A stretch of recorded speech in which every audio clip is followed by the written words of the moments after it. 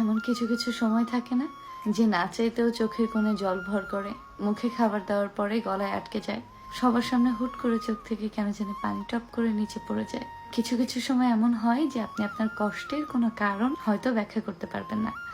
হয়তো আপনি আপনার খারাপ লাগা, কষ্ট হওয়া, বুকের ভিতরে ব্যথা করা, ছটপট করা, দম বন্ধ হয়ে যাওয়া, রাতে ঘুম না আসা, খাবার খেতে গেলে গলায় আটকে যাওয়া, এই ব্যাপারগুলো খুব বেশি ফিল করেন।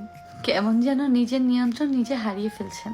মাঝে মধ্যে প্রচন্ড মনে হয় না যে কখনো এই কোলাহল থেকে দূরে চলে যায়, কখনো একা হয়ে যায়, কখনো একটু চুপচাপ হয়ে যায়, কখনো এই ভালো থাকার নাটকগুলোকে বন্ধ করে আমি যে খারাপ আছি, কষ্টে আছি একটু চিৎকার করে বলি? না, এটা কখনোই বলবেন না।